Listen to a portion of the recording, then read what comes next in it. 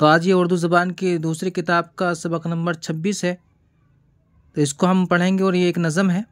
کتا اور اس کی پرچھائی، منہ میں ٹکڑا لیے ہوئے کتا ایک دریا کو تیر کر اترا، پانی آئینہ سا رہا تھا چمک، نظر آتی تھی، اور یہ طے ہے کیونکہ یہاں پہ ایک نقطہ اور لگا دیں گے،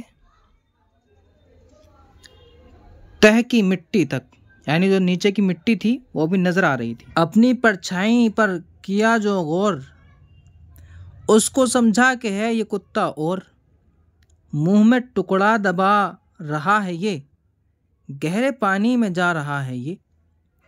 حرص نے ایسا بے قرار کیا، حرص یعنی لالچ، جھٹ سے غرا کے اس پہ وار کیا، جو ہی ٹکڑے پہ اس کے منہ مارا، اپنا ٹکڑا بھی کھو دیا سارا۔ وہاں نہ ٹکڑا نہ اور کتا تھا، وہم تھا وہم کے سوا کیا تھا۔ یوں ہی جتنے ہیں لالچی نادان، کر کے لالچ اٹھاتے ہیں نقصان۔ یہ ہے باندھتے ہیں کہاں کہاں کے خیال، ہے وہ کھو بیٹھتے گرہ کا مال، یعنی جو ان کے ہاتھ میں ہوتا ہے وہ بھی کھو دیتے ہیں۔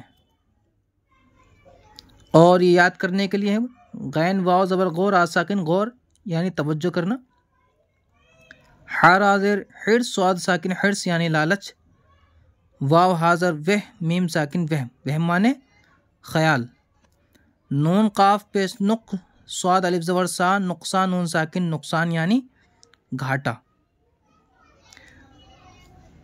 اور یہاں سے یہ سبق نمبر 27 اس کو بھی پڑھ لیتے ہیں۔ چغل خوری سخت عیب ہے، چغل خوری یعنی ایک کی بات دوسرے سے لگا دینا، کبھی کبھی اس سے بڑا فتنہ فساد برپا ہو جاتا ہے، یعنی پیدا ہو جاتا ہے یا رونما ہو جاتا ہے، لوگوں کو ناحق تکلیف اور نقصان پہنچتا ہے، یعنی ناحق یعنی بلا وجہ۔ جب چغل خور کی قلعی کھل جاتی ہے، یعنی حقیقت کھل جاتی ہے، تو اس کو بے حد ندامت اٹھانی پڑتی ہے، ندامت یعنی شرمندگی۔ چغل خوری یہ ہی نہیں کہ ایک کی بات دوسرے سے جا لگا دی، بلکہ کسی شخص کا کوئی کام ہو جس کے ظاہر کرنے سے اس کے دل کو تکلیف پہنچے، اس کا ظاہر کرنا بھی چغل خوری ہے، ہاتھ یا آنکھ کے اشارے سے اور لکھنے سے بھی ہو سکتی ہے۔ چور کی چوری یا دغا باز کی دغا بازی کا ظاہر کرنا چغل خوری میں داخل نہیں ہے۔ ایسی باتوں کا ظاہر کرنا بے شک روا ہے، یعنی اچھا ہے، بہتر ہے، جائز ہے، کیونکہ ان کے چھپانے سے لوگوں کا نقصان ہوتا ہے۔ چغل خور کی بات پر کبھی یقین نہ لاؤ، اس کے کہنے سے کسی کی طرف بدگمانی مت کرو، یعنی برا خیال۔ چغل خور سے ہمیشہ نفرت رکھو، تمہارے روبرو کسی کی چغلی کرے تو منع کر دو کہ یہ بات برا کام ہے، روبرو یعنی تمہارے سامنے۔ اگر تم جانتے ہو کہ فلاں شخص چغل خور ہے تو اس کا عیب اور لوگوں کے سامنے بیان نہ کرو، اگر تم بیان کرو گے تو اسی طرح تم بھی چغل خور بن جاؤ گے۔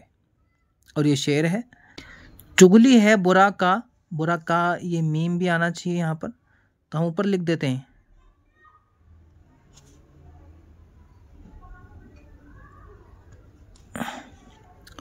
چغلی ہے برا کام، یہ ہم نے میم اوپر لکھ دیا ہے کیونکہ میم نہیں بنا تھا۔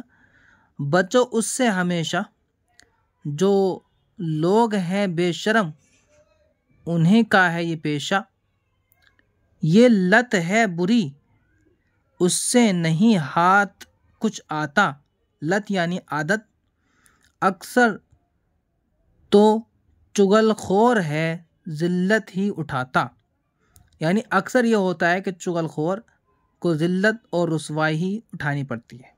فا تاظر فت نون حاضر بننا فتنہ یعنی فساد، جھگڑا، فا زبر فا، سین علی زبر سا، فساد دال ساکن فساد، یہ بھی وہی ہے، جھگڑے کو کہتے ہیں۔